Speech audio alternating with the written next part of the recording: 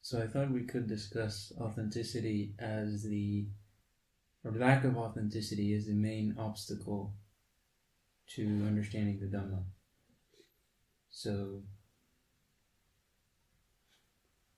first of all, instead of describing authenticity in positive terms, can we come up with some way to describe how lack of authenticity would be most concretely manifested in people?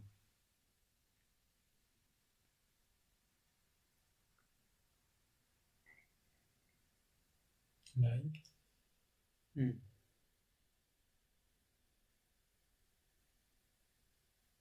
There's lying to others, of course, which is like even further into the rabbit hole of authenticity. Inauthenticity, inauthenticity, yeah. Mm. So if you lie to others, it will be impossible to stop lying to yourself, which fundamentally is what lack of authenticity is, inauthenticity. Lying to yourself. Like, things are a certain way, but you insist in regarding them in another way because it's more comfortable. So, yeah, that would be one way. Is there something that, let's say somebody who hasn't found the way out of suffering, is there a way to know that they are not being authentic just based on how they go through life, how they feel?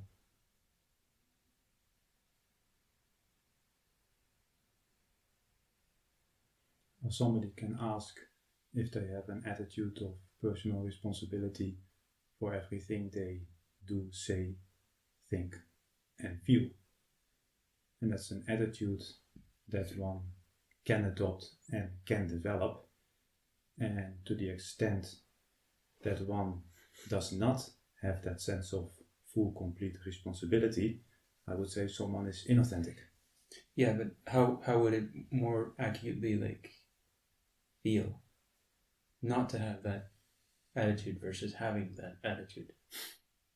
Well, somebody, for example, might feel like a victim of circumstances, like the origin of my pain is coming from outside, external, and so the problem needs to be resolved out there in an assumed external world, rather than on the level of one's own views and actions.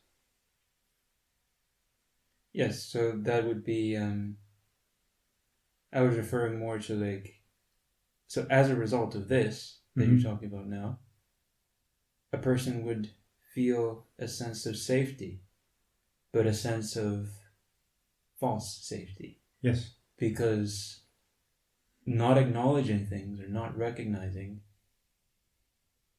the truth of things in the most general sense, not recognizing or acknowledging the way things are, not in some mystical sense, but genuinely the state of affairs, let's say, results in a form of ignorance is bliss, as they say. Yes. So, practically speaking, that's why the suttas are saying that recognizing dukkha can only result in two things: either noble search or madness, bewilderment. Because recognizing dukkha is basically recognizing or acknowledging the state of affairs, not in a external sense, but internally, like your liability to lose things that are dear to you, your liability to doubt, not knowing what the way out of suffering is, liability to uncertainty, to sickness, aging, and death. So these are things that, by not acknowledging them, you would feel a sense of relief, but it's an unfounded relief. So then, what I'm getting at is that if a person doesn't feel a sense of not like acute kind of falling apart, sort of constant anxiety, Uh-huh. but just a subtle sense of unease, like Yeah. something is not right, then it has to be either because they are an arhat or they are covering something up, because you are liable to sickness, aging, and death unless you're an arhat. And so that has to be recognized. Like if you keep that recognition, if you're not covering it up, which is fundamentally like what authenticity is, not covering those fundamental liabilities up, then, well, it's going to have to feel, there's going to have to be some degree of dissonance there, some degree of, discomfort. So that's one of the ways to measure lack of authenticity, is like if you have the sense that everything will be all right. Like, things will just turn out. You don't have a reason to believe. You don't have a justification why you believe that. It's just like, I just live life as if things are going to be all right in the end. So that's covering up that fundamental factor recognition that maybe it's not like that. So perhaps we can find more ways in which inauthenticity manifests. Like, for example, if one finds justification for a certain action or views because the majority thinks like that, right? Or because you belong to a certain group or a society holds certain values like this, and then just uncritically taking that over can be a way of having that false sense of safety and security by just doing what everybody else is doing. Yeah. So authenticity implies stepping away from that,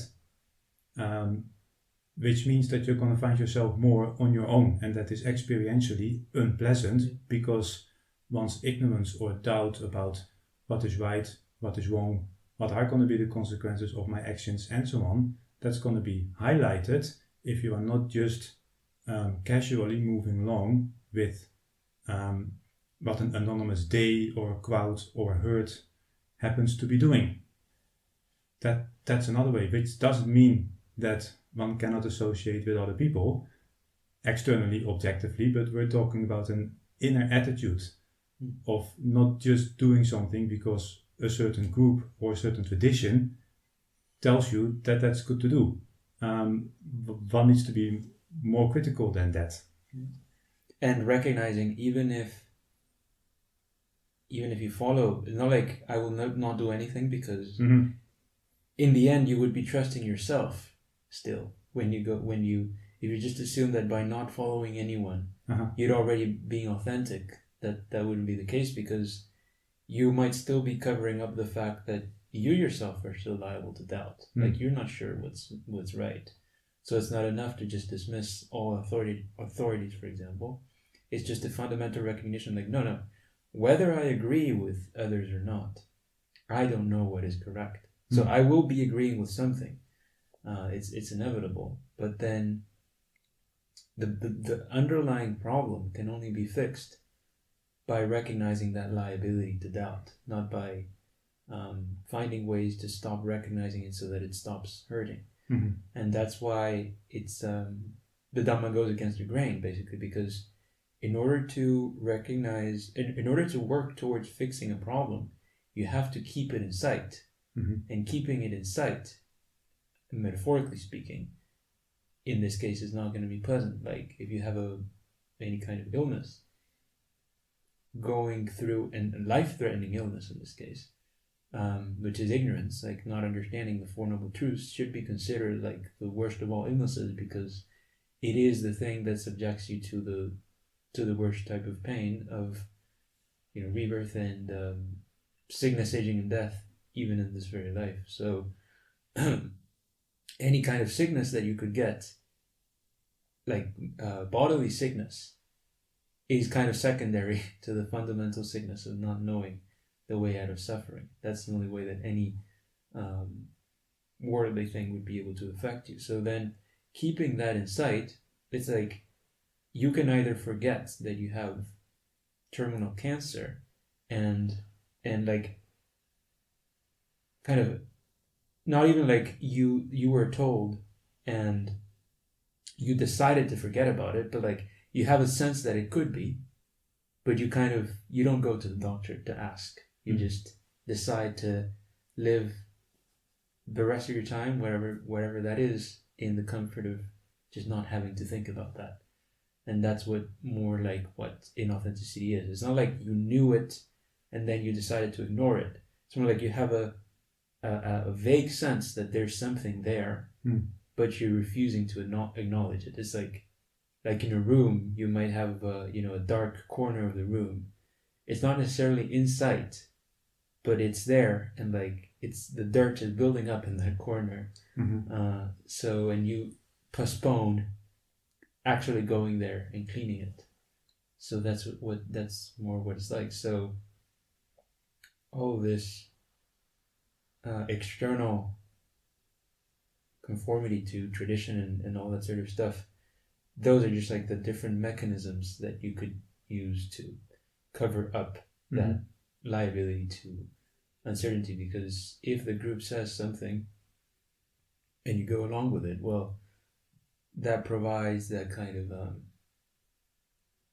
distraction from having to question, like, well, whether or not they are right, is the problem that I am addressing through this, whatever it might be, even the right problem to focus on in the first place.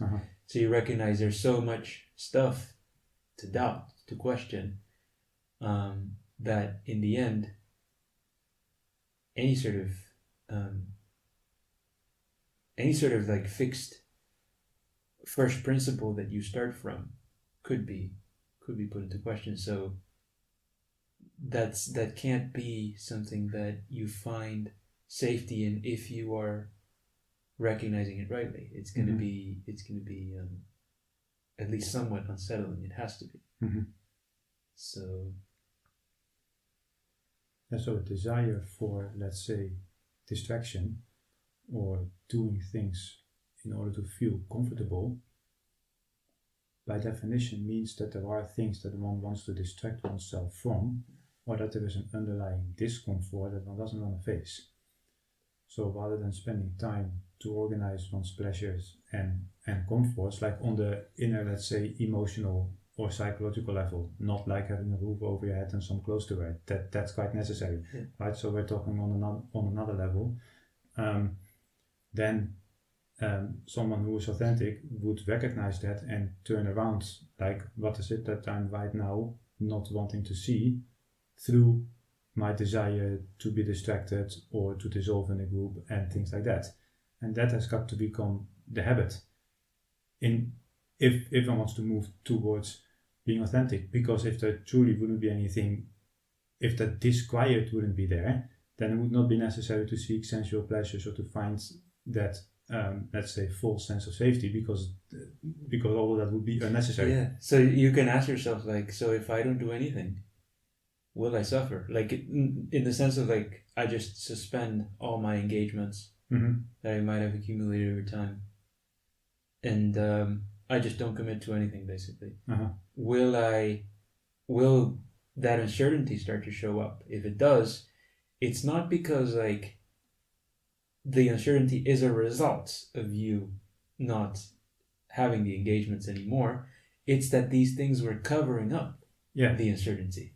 But often it's seen the other way around. Like, if I start to practice restraint or renunciation, I am suffering because I'm restraining myself now. But it's not like that. It's that unpleasantness that comes when you don't give in. That is what was already there, kind of lurking, and you were sweeping it under the rug by distracting yourself with pleasure. Yeah, so it's not so much a movement towards something positive, say, that one doesn't have right now. It's a sort of, it's inverted. It's like an uncovering of something which is already there. Yeah, stop doing certain things, most importantly, like through virtue and sense restraints. Stop doing certain things so that what's already there can become clear. So rather than seeing it more as, I've heard that simile used before, like you have like a glass with water and it has mud in it, and you need to stop shaking it so that the mud will go to the bottom. Yeah. But that would usually be used in the context of like focusing the mind and concentration techniques. But in this case, it is exactly what you're doing, but in terms of your actions, like stop stirring it up through greed, aversion, delusion, so that it all sinks to the bottom, and you can start recognizing that dirt where it is. So, and that's where you will start to see what those underlying tendencies, where the mind kind of in and of itself, it just needs or has certain pressures, certain inclinations that it has to give into, and you would only start recognizing that if you stop feeding them. So that is why authenticity is important to understanding the Dhamma, because the things that need to be abandoned and addressed and overcome are things that are very easy to ignore, are things that are very easy to overlook. So the default tendency is not to see them. Like what greed, aversion, delusion are, they're not these objects or direct entities in front of you. Yeah, they're not like direct perceptions that you can get. Like it is all on that same level of the things that you're covering up. So that's why lack of authenticity would essentially make you incapable of recognizing your own defilements, because everything you do is already based on them, like way down the line.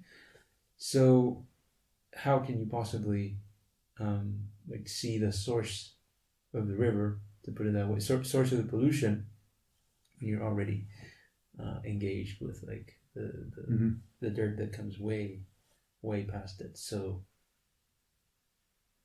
yeah, that's why it's not like a philosophical concept only. It has very acute significance to recognizing what craving is, because you can't abandon craving if you haven't recognized it to begin with.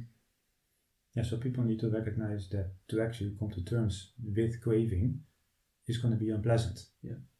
But can we make it more explicit why that is so? For example, like what is the most dear or cherished thing that is most difficult to give up?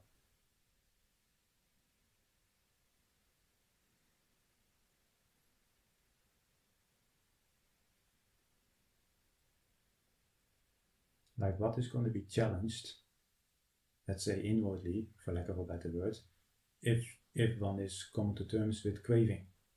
Or what is it that is fueled and maintained by craving?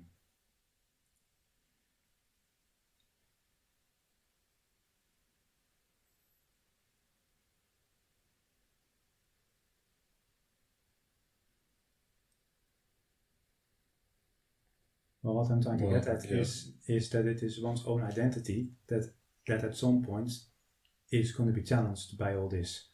And so perhaps you could say that safety and security, it begins by outer comfort and distraction and stuff like that.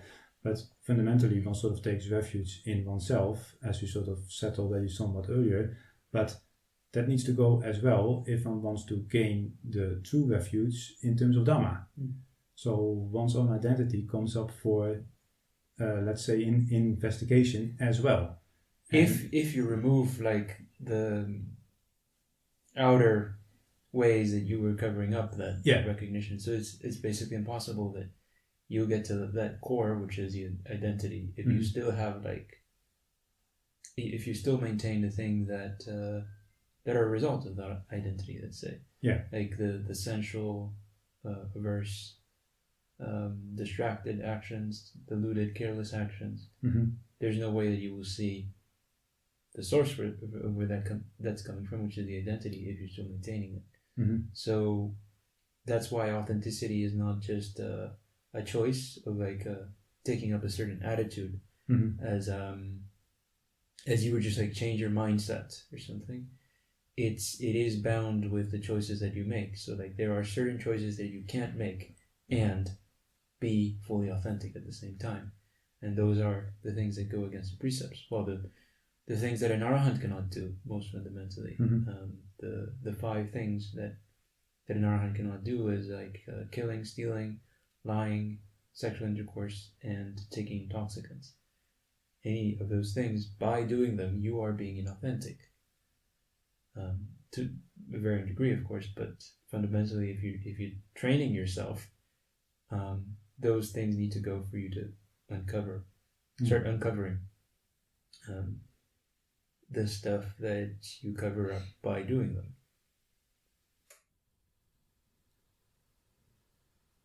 And now if someone has been following this so far, and a sense of anxiety begins to arise, then what? Well, you want to also question that. Like, you can't assume that just because you're feeling anxiety is necessarily correct. So what is the anxiety that or what is the basis for me experiencing this anxiety? It has to be based on recognition of things that you're genuinely liable to. Like, you don't fabricate that sense of anxiety to kind of give yourself a boost of sense of urgency in the practice. It has to be something that is already there. You're not like creating it. So you recognize the things that already are lurking there in your experience, like your own body. You don't know.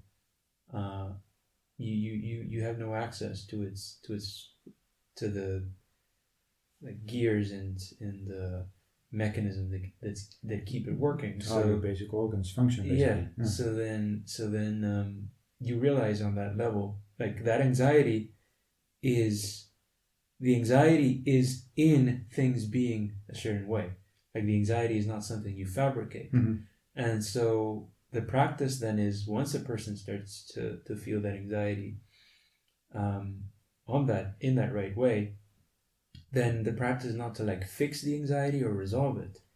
It's to go through it, so to say, so that anxiety ceases to cause you suffering. Because, as the Buddha said,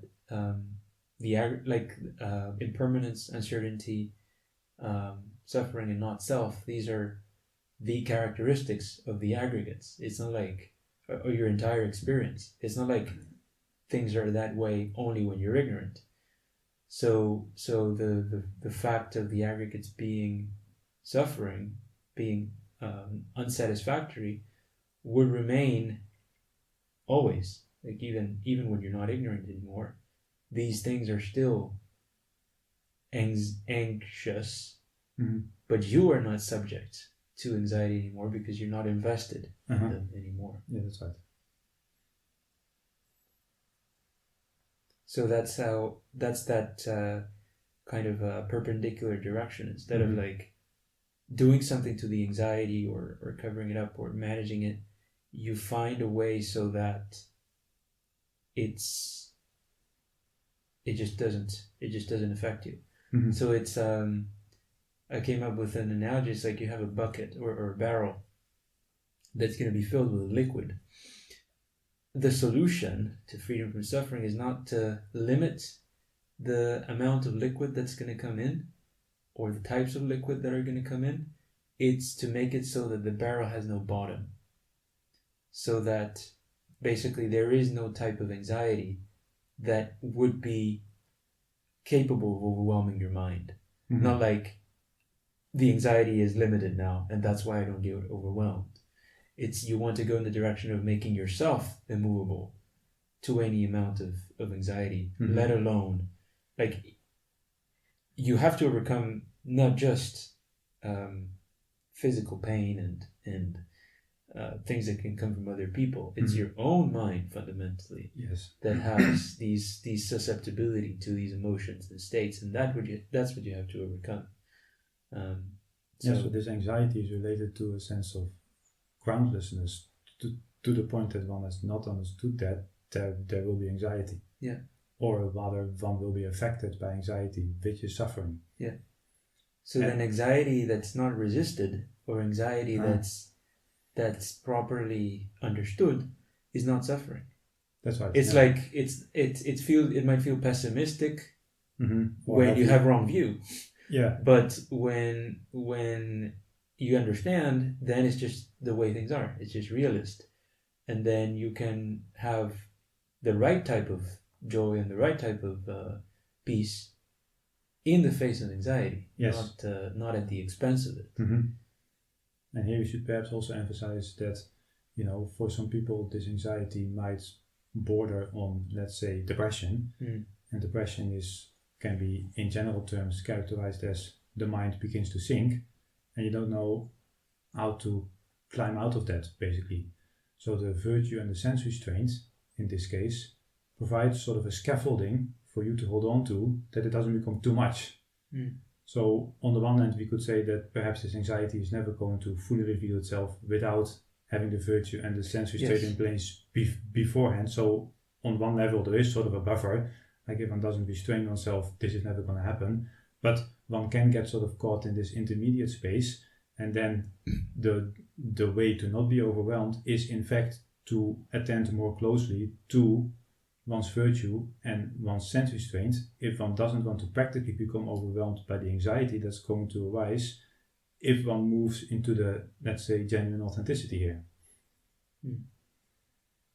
Can we say that virtue and sense restraint kind of make one face this anxiety, but progressively with the right type of basis, instead of just being confronted to the full extent of it at the moment of death, or when one start to lose his senses, to get very sick, but never train himself before.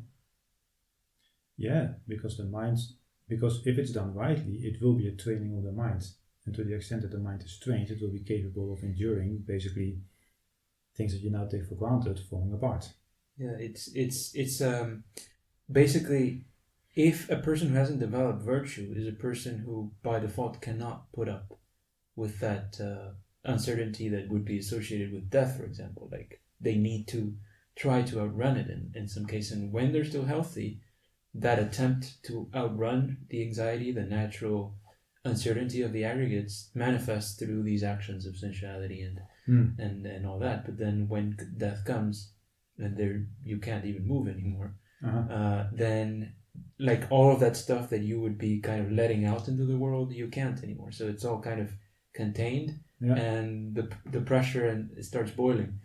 So that's where that's why it's important, because then that makes it so that virtue and sense restraint makes it so that no matter how much of that internal discomfort and pressure you come up with, it won't go past your actions, your responses to it won't go past a certain point. And that in and of itself makes it bother you less. Not because you got rid of it, but because you are less invested or less identified with that pressure, just to the extent that you are not able to not do things on account of it. It's really that need to respond to the anxiety in some way or another that makes you liable to it, because that's the craving. The craving is not the presence of this, it's the fact that you need to do something about it. Feel that you need to do something about it. And the interesting thing is, there are actually quite a few discourses where some monk is gravely ill and basically on his deathbed, and then somebody calls the Buddha and say, well, out of compassion, have a talk with this monk. And quite frequently that monk actually attains one of the stages on account of having a conversation with the Buddha. But why is that so? Because he's already no longer interested in sensual pleasures, because he's about to die. He's just lying there basically. So the usual comforts and the escapes, that's all cut off. That is the whole significance of that has ceased. But against an understanding that there is rebirth and all the rest of it, it's still meaningful to attend rightly to what the Buddha is saying. And so in that situation, it clicks. But this doesn't mean that one should wait until one is lying on one's deathbed and feeling miserable, but rather that why the context should be understood. Why did it click for that, let's say, newcomer who was just a bhikkhu for a few months, and he already became a Sotapanna there on account of listening to the Buddha, because he found himself in situations where basically the usual avenues of distraction and comfort were just no longer there anymore. Yeah. So he was forced to be authentic, in other words. Yeah, so he was forced to be authentic, but it would now be very inauthentic to start waiting for that situation to happen. Yeah, because as we were saying before, the virtue, I mean, obviously that as you said, that person was a monk. That's what that would have been happening in the suttas. So if a person didn't take that first step of like serious dedication to virtue and sense restraint, then by that time, when these things come, the mind is just going to be reacting so strongly to that confinement, to, like, as I was saying before, like the room you left that corner in the room accumulate dirt for 50, 60 years, and you think that in one evening now you're going to clean it up. Yeah. So through virtue and sense restraint, you would you would make it so that the anxiety would be certainly still unpleasant, but not to the point where it would overwhelm you and make you incapable of contemplating things rightly. Because, like, if that has been built up for so long, there's very little chance that you could overcome it. Just in a short period of time, basically. And also the attempt to overcome it is going to be super effective with craving, because now it's like you're really trying to just run away from the problem. Like you don't have that perspective now. It's like it's now like a knee-jerk impulsive reaction to how do I solve this as quickly as possible, because now it's in front of me. But that's the you won't be able to do it in like a balanced, sort of reflexive, detached manner, as you would when you're still healthy, relatively at least. So that's why you shouldn't wait until you're old or you're sick or you're near death. Yeah. So you want to be. Yeah. So how is one gonna bring death then? Let's say in the present. Because someone might hold the view that death is a one-time event at the end of life, right? That's probably the most common view. But you see, as long as somebody keeps death at arm's length, basically, like, oh, it's not here, it's going to happen to me later on, 10 years, 20 years, and so on account of holding that view, one deprives oneself of understanding what death is. Yeah. Because it's unpleasant to... Yeah, because you yourself keep pushing it in the future. So if rightly contemplating death is going to be useful in the context of establishing authenticity, then how can people start thinking rightly about death now when that body is still healthy? It seems to me that it is worthwhile discussing that. Yeah, as we mentioned before, it's authenticity is like recognizing your liability to death is one of the most acute ways of becoming authentic, basically. So what is death here and now?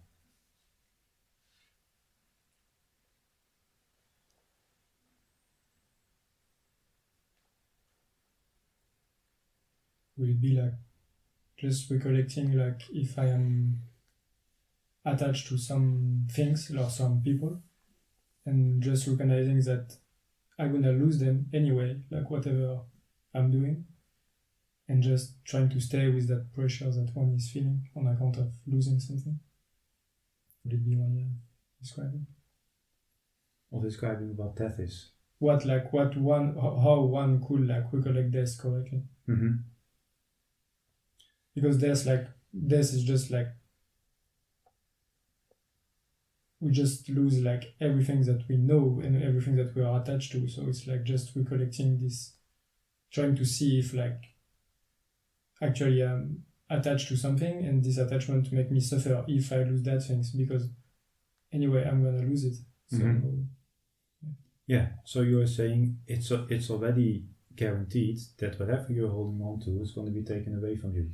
Yeah, it's just a question of time, basically. Yeah. So then, are you saying that one comes closer to death by making an effort to ask, if this would be taken away from me, if that would be taken away from me, is my mind going to be affected and disturbed by that? Yes or no? And if you can be without those things, good. But at some point it will come closer. It might start with external things, my house, my car, then maybe people, family, children, but in the end it needs to come closer still. Body, senses, memory, and so on. That is where the real anxiety begins to arise, because that's the very foundation of one's experience. But now you're saying that barrel shouldn't have a bottom. Yeah. So what are you taking as a foundation of your experience? At some point it needs to come to that. Yeah. But that's probably not really going to land if one is still fully attached to all these external things. Yeah, so there is sort of a movement there. And then this shouldn't become an intellectual game or something that you occasionally do. This has to become the backdrop. Like, am I living my life right now in such a way that I'm not building up any new attachments? Mm. And can I come to terms with things that I unfortunately have already become attached to? Mm. So that's sort of two tracks, and that are there simultaneously. And then the question is, well, I better not start building up new attachment, because that's moving in the wrong direction, and there is still already accumulated material that is not in my welfare as long as I keep holding on to it. Not because in and of itself it's bad, but as you just said, like, it's going to be taken away from you anyway. And that has got to be the starting point. And as long as you haven't given it up when death comes to claim it, well, that's the contradiction right there. Yeah. You will be arguing, you will have a debate with death. And you can't win that debate. There's no bargaining with death. Yeah, so that's why virtue and sense restraint, like, again, it's you won't be able to see how you depend on your body or your feelings and stuff if you still depend on external things. It's just in fact, the body, when people are projected into these externals, that's exactly why they end up conceiving the body as another kind of external thing, like just the outside shell of sensations or things that I can directly perceive, not realizing that the body is actually much more fundamental than that. So you would actually have to withdraw yourself from these things to recognize what that more fundamental dependence is, which would ultimately make death be uncomfortable. Because if you're not holding on to any of these things, again, not as a matter of choice, but as a matter of having understood that anxiety and having understood how it's there on its own, you didn't create it. It's you basically, like, having gratuitous assumptions of moving away from it. Mm-hmm. Then that if you have that understanding, then you would be unmoved by that anxiety. So, but it all starts with that, because virtue and sense restraint on the right level, taken on the right level, it's not just adherence to external behavior, as we'd said before. Mm-hmm. It has to be done with that recognition of, like, through these actions, through this abstinence from these actions, I am wearing away my dependence on things that are not in my control. So you need to keep that connection as the context to your virtue, not like I just do these practices and behaviors. It has to be that. And then you would start to see as well the wrong motivations for keeping the virtue. If those things start to come up, well, those would be other dependences as well, as we discussed before in that the talk about virtue and observances. So that would be another way of being inauthentic, like doing the observances because even not necessarily as for the adherence to an external tradition, but just automatically just doing it without that context of your liability to suffering and how this is related to that would make it automatically just be just habits that you're just following for no particular reason. So yeah, that is the Silavata Paramasa. So that is the wrong grasp of habits and virtues and duties. Yeah. So they might come with, let's say, some reward, or externally they might make things externally more comfortable even, and one can just fall asleep in a little corner in your kuti somewhere, entirely missing the point. Yeah. So the virtue would only prepare you for death if it's taken in that on that right level. On that right level. With the recognition of how through these things that would make death painful. I may not be entirely rooting them, obviously, because there's more than just virtue, but I am for sure wearing it away, like to some degree. That has to be the recognition that you do practice virtue with. So the less death can take away from you, basically, the less you suffer when death comes. Yeah. And as you said before, that's another thing to point out. Like, it's very, it is a very good test to see, like, what really is the extent of your commitment to the practice.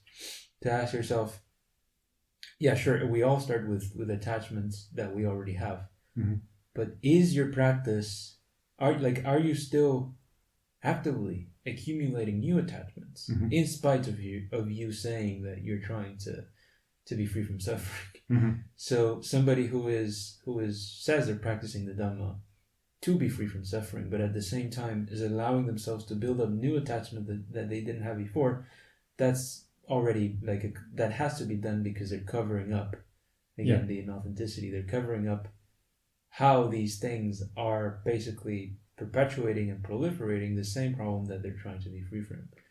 So, and it's often, that's the thing with inauthenticity. It's not it's a form of ignorance, basically, and it's with all types of ignorance, it's there because you're not aware of it. Like, it's not that people choose to be inauthentic in the same way that people don't choose to be ignorant.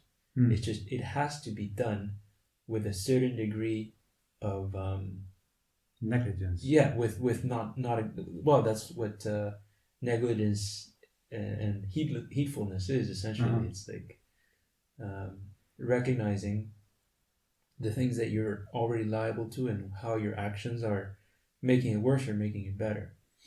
Yeah.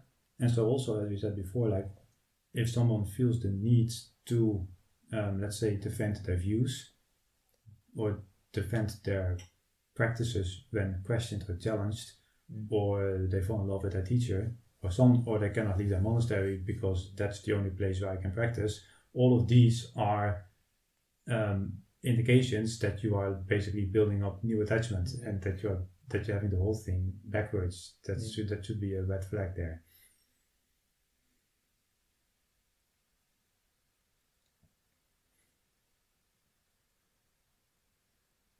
But it seems to me that, like, for a complete newcomer to just spend some time alone and inwardly not see yourself as part of a group and then take on some virtue and sense restraint, that is how I think practically all of this starts. Yeah. Right?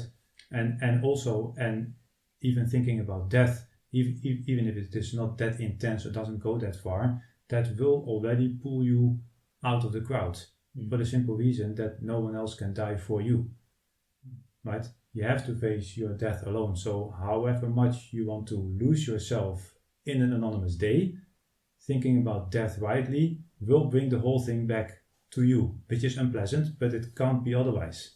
And the person should also realize when that, like, if there is anything in the world that could bother you or could take away your peace, that is what the Dhamma is supposed to address, because that's something that can be easily overlooked by just not thinking about it. So then people would fall into the idea that the Dhamma is about getting special experiences and special, like, mystical insights and stuff.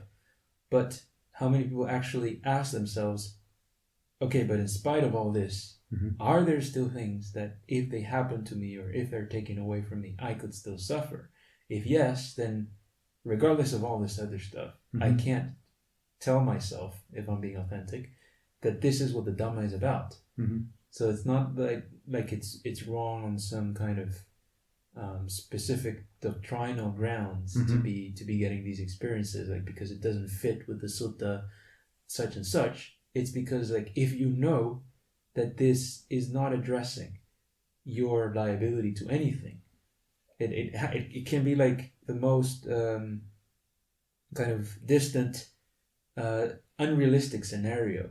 But if there is anything that you feel could undermine you if it happens, that is what the Dhamma should be about. So then when a person starts to feel that, that anxiety, or uncover really that anxiety that we mentioned, whether it's very strong or not, you have to ask yourself, tell yourself, this is what the practice is about. So I might not be able to take it on fully, like you might kind of look at that corner, that dirty corner, and it might feel overwhelming. So it's not like you have to take it all at once, but you certainly shouldn't lose the recognition that I am not free. I am not practicing or I have not successfully practiced the Buddhist teaching until that thing cannot be there, even if I want to. Not because I stopped acknowledging that anxiety, but like I fully commit myself to try to bring it up, and it just can't happen. But most people, it's just like, because you're not aware of it, you naturally just don't look in that direction, and you can spend your whole life building certain coping mechanisms and strategies, again, without even noticing, that allow you not to think about that, because it's just too... And ironically, a lot of what is nowadays being taught as meditation helps with not looking at that dark corner. Yeah. Just focus over here so that you don't need to be there, basically. And the thing is, as well, one of the red flags, as related to what we just mentioned, is that it immediately just gives you pleasure. So it's like, right from the start, there was no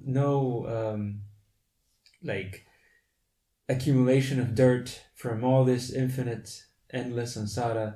It was just, you got the pleasure right away. You didn't have to toil through the cleaning up the crap that was there. It just very quickly you got the pleasure. So that's a red flag, because if like these going against it, like you've been going with the grain so hard and so long, that going in the opposite direction cannot be easy. Not that it's impossible, but you should be skeptical of anything that just feels easy, because and that's where the effort is, you see. It's not in the effort is not in trying to like gain, like committing yourself to a meditation technique, doing it so hard 24/7. It's about uncovering these things, uncovering them, and then getting to the point where you can face them without fear, essentially. So you're not building something really. It's more like you are taking stuff away until there's nothing left. So no cover-ups left. We don't, that kind of assumption often in people when they sign up for such retreat and method. The assumption is that I can regain some control, because my world appears to be kind of in chaos. Right. I cannot control, things bother me, basically. I need to go for meditation to regain kind of control. So that's why it's so kind of appealing in a way. Yeah. And ironically, you would be more closely seeing or becoming authentic by seeing, wait, no, I am liable for things to go out of my control. But then that's the solution nobody wants to hear. Like if you have like, I don't know, you have a leak in your house, and there's like, I don't know, you see these little marks of water on the roof. You don't want to hear that you had to replace the whole plumbing system. You would like, to just paint over it. Just a bucket under the... Yeah. You don't want to be told that you have to remove the entire foundation of the house. So yes, you will like contractor who says, just painting is needed. Yeah, it will be fine. Exactly. But then it's your own loss, because like it is like you might live your whole life like there's basically a degree where these things can generally seem to stay with you until the day you die, like work, these management methods, cover-up methods. But at the very least, at that moment, it's going to have to stop working, because that's where your aggregate simply won't listen to you anymore. All of that stuff that you were covering up, it will force itself to the surface. Like you can't at that moment you can't just focus on sensations, because your senses might be breaking apart. So what sensations are you going to focus on? But then you see, then the thing is, if one brings death from, let's say, the future to the present, what one will have to recognize is that actually that's already the case right now. Yeah. So it's not like, oh, I'll just live my life and then I just hope I have a peaceful death, by which people mean like, get a shot of morphine or you die in your sleep, hoping to avoid the unpleasant sensation, but with death as such they're not concerned. Yeah. Whereas actually death reflected properly reveals you how, as you said, things already are. Namely, aggregates are fundamentally already doing their own thing. Yeah, it's an unfortunate misconception to think that death is like these intense bodily pains or something, and then that event, those sensations or those things are going to come at that moment. But really, death is just like the final confirmation of the fact that these aggregates are not yours. It's just so that recognition is like death is buried into or underlying your experience now, because the aggregates are already not in your control. So it's you have a certain. It's like you're a dead man walking, essentially. Like you can walk, but that doesn't mean that you can ever escape your liability. You can do stuff on top of your liability, but not to actually change it. And that's what like anatta means. It doesn't mean that you don't have control in any way, like you're just a robot who is like deterministically bound to make certain actions. It means that whatever action you choose to do, there is that foundation that undermines it always. So you can't just you can't assume yourself to be the master. It's not that that's bad enough for it to not be worth taking a self. You can only take it a self if you know that it will go your way. But if there's even a little chance that somebody else is going to come, like I don't know, you're building a house, but then somebody tells you, yeah, you're building it, but there is a chance that at any point in time somebody's going to come and you're going to have to give it over to them and you're going to have to leave. You're not going to if you keep that recognition in your mind, it will be impossible for you to start treating it internally like, no, this is my house. So that's what anatta is about, and that's why all these things would only be realized again through authenticity, because it's all in that direction of lack of control that's experienced as initially as unpleasant and unsettling, because not in itself, but because you have the need through habitual engagement to control it. So it's like a momentum that is kept going, and then you suddenly put a stop to it, and it's like it wants to keep going. So that's the discrepancy that you feel, and that's where the endurance begins. Like the moment you hit the brake, you better have a seatbelt, or else you'll be flying through the window. Or it's like the dog, that's something of the wild animals compared to the senses. It's like only when you actually pin them down, finally just stop running with them, that's when you start feeling the pull. And it's everything. Just there's sensuality, there's the core stuff, but even if you don't really experience those things, like when you're old, for example, you might not have that intense core sensual desire that you had when you were young, but that doesn't mean that you're free. You still have fundamentally that need for things to go your way to some degree. Like if there's anything that can upset you, anything that can disturb your peace, that means you haven't come to terms with that fundamental uncertainty of your own experience.